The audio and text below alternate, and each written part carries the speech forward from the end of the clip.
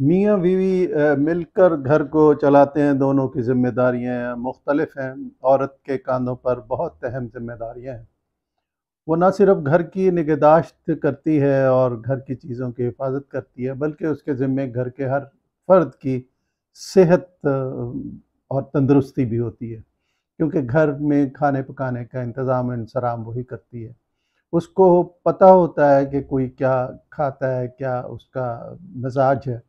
اور اس کے ساتھ ساتھ نہ صرف وہ اس چیز کا خیال کرتی ہے، بلکہ اس کو یہ بھی پتہ ہوتا ہے کہ کس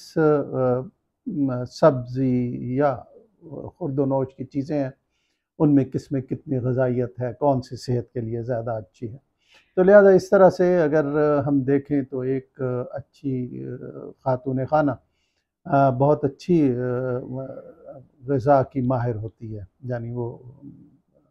جانتی ہے ان ساری چیزوں کو، اور وہ گھر میں ان چیزوں کو بہتر بناتی ہے، اور ساتھ ہی اس کو کھانا پکانے کا سلیقہ اور ڈھنگ بھی آتا ہے اور ٹیسٹ کا پتہ ہوتا ہے، تو لہٰذا اس کی ذمہ داری بہت زیادہ ہے۔ دیکھیے، اس ضمن میں ہم آپ کو حضور پاک علیہ الصلوۃ والسلام کی حدیث میں سے ایک بتاتے ہیں جو آپ نے چیزیں بیان فرمائی۔ آپ نے یہ فرمایا، اپنے شوہر کی نسبت عورت کا فرض ہے کہ گھر کے چراغ کو روشن کرے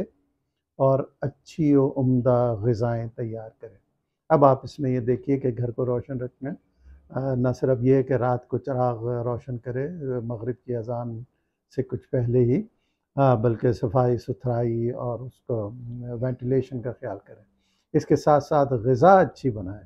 جب غذا اچھی بنائے تو اس کا مطلب یہ نہیں ہے کہ جو مینیو ہے وہ بہت ہی کوئی اسٹرانگ ہو، لیوش ہو، بلکہ نہیں، جو چیز پکے وہ صاف ستھری ہو اور غذائیت سے بھرپور ہو، خواہ دال ہو، سبزی ہو، گوشت ہو، جو کچھ بھی ہو۔ آپ نے یہ فرمایا، یہ جو آپ نے فرمایا وہ ایک عورت نے سوال کیا آپ کی خدمت میں، یعنی ایک عورت حضور پاک علیہ الصلوۃ والسلام کی خدمت میں آئی اور عرض کیا، شوہر کے گھر میں عورت کے خدمت کرنے کی کیا فضیلت ہے؟ آپ صلی اللہ علیہ وآلہ وسلم نے فرمایا، گھر کو چلانے کے لیے جو بھی کام انجام دے، خدا اس پر لطف کی نظر فرمائے گا، اور جو شخص خدا کا منظور نظر ہوگا وہ عذاب الہی سے محفوظ رہے گا۔ اب آپ اس میں یہ دیکھ لیجئے کہ اس کی فضیلت کتنی ہے گھر کے نظام کو چلانے کے لیے، کہ پروردگار اس پہ نگاہ لطف کرتا ہے۔ تو عورت اگر خوش دلی سے یہ سارے کام کرتی رہے تو یقیناً وہ نہ صرف یہ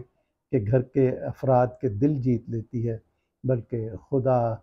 کی نظر کرم، لطف و کرم کی بھی حقدار ٹھہرتی ہے۔ تو خواتین کو اس چیز کا خیال کر لینا چاہیے، اور فائدے میں رہیں گی، دنیا میں بھی آخرت میں بھی ثواب بھی ملتا رہے گا۔